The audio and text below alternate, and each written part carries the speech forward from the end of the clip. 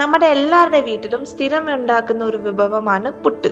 എപ്പോ പുട്ട് ഉണ്ടാക്കിയാലും ഒരു കഷ്ണമെങ്കിലും നമുക്ക് ബാക്കി ഉണ്ടാവും കേട്ടോ. പിന്നെ ചൂടാറിയാൽ അത് കഴിക്കാൻ ഒരു സുഖം ഉണ്ടാവില്ല. ഉണക്കപ്പുട്ടെന്ന് നമ്മൾ പറയും. അപ്പോ ഒരു സൈഡ് ഡിഷ് ഇല്ലാണ്ട് നമുക്ക് പുട്ട് കൊണ്ട് എന്താണ് വെറൈറ്റി ആയിട്ട് ഉണ്ടാക്കാം. അപ്പൊ ഞാൻ ഇന്ന് കാണിക്കുന്നത് പുട്ട് കൊണ്ടൊരു ഉപ്പുമാവ്, പുട്ടുപ്പുമാവ്. അപ്പൊ നമുക്ക് തുടങ്ങാം. ഒരു ചീനച്ചട്ടി എടുക്കാം, വെളിച്ചെണ്ണ, നിങ്ങൾക്ക് വേണമെങ്കിൽ റിഫൈൻഡ് ഓയിൽ ഉപയോഗിക്കാം കേട്ടോ. ഉഴുന്ന്, കടുക് ഇവയെല്ലാം നന്നായി പൊട്ടിയതിന് ശേഷം ഇച്ചിരി കറിവേപ്പില, ഞാൻ ഒരു ഉണക്കമുളക് ഇടുന്നു. അത് നിങ്ങളുടെ എരിവനുസരിച്ച് നിങ്ങൾക്ക് വേണമെങ്കിൽ കൂട്ടാം, അത് കുഴപ്പമില്ല.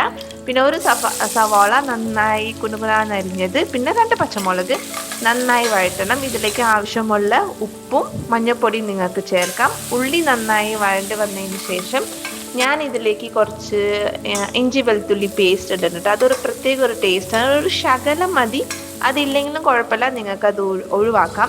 ഇഞ്ചി വെളുത്തുള്ളി പേസ്റ്റ് നന്നായിട്ട് വഴണ്ടി വന്നതിന് ശേഷം നമുക്ക് മുട്ട പൊട്ടിക്കാം. ഞാൻ ഒരു കഷ്ണം പുട്ടിന് 5 മുട്ട ഇട്ടിട്ടുണ്ട്. ഇത് നന്നായിട്ട് നമ്മൾ എഗ് ബുർജിയൊക്കെ ഉണ്ടാക്കില്ലേ, അതുപോലെ നന്നായി ചിക്കി ഒന്ന് ഡ്രൈ ആയി വരുമ്പോൾ നമ്മുടെ താരം പുട്ട് അത് കൈകൊണ്ട് ഒന്ന് പൊടിക്കണം.